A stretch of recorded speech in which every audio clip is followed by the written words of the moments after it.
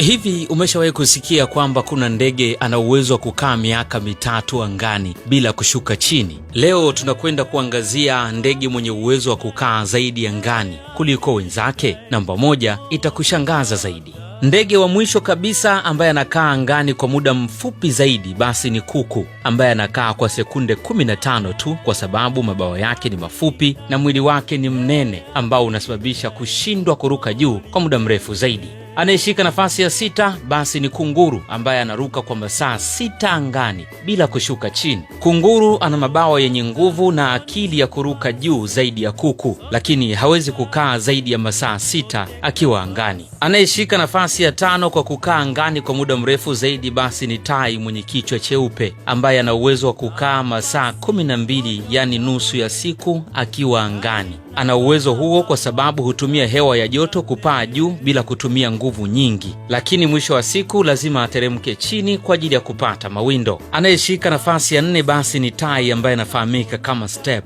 ambaye huyu ana uwezo wa kukaa siku 2 angani akivuka maelfu ya kilomita. Siri kubwa ni kutumia mikondo ya hewa inayombeba kwa umbali mkubwa bila kuchoka sana. Anayeshika nafasi ya 3 anaitwa albatros. Albatros ni ndege ambaye ana mabawa marefu ambayo yanamruhusu kukaa usawa wa maji ya bahari na kukabili upepo wa maji wa bahari kwa wiki nyingi sana, na ana uwezo wa kupata chakula chake baharini bila kurudi nchi kavu mara kwa mara. Kwa kifupi ni kwamba ana uwezo wa kupata kitoweo hata bado akiwa angani. Ndege anayeshika nafasi ya 2 kwa kukaa zaidi angani basi anaitwa mbayuwayu.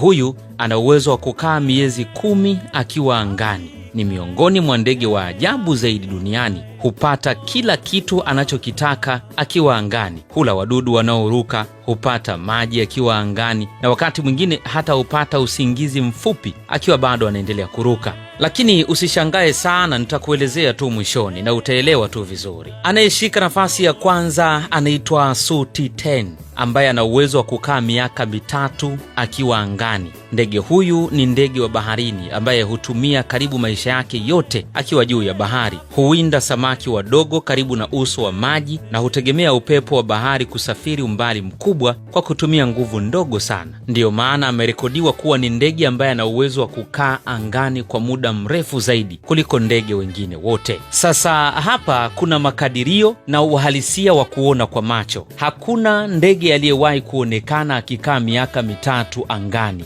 isipokuwa ndege kama Sutiten anakadiriwa kuwa na uwezo wa kukaa miaka 3 angani endapo atapata kila kitu anachokitaka akiwa huko angani. Kwa tafiti zilizofanyika, hakuna ndege aliyewahi kukaa miaka 3 angani mfululizo, isipokuwa ndege hawa wana uwezo wa kukaa muda huo wakiwa angani endapo watapata kila kitu. Hawana haja ya kushuka chini wakati kila kitu kinapatikana huko angani. Ama hakika leo umejifunza kitu. Endelea kufuatilia Street Report. Hii tunaiita Deep Dive.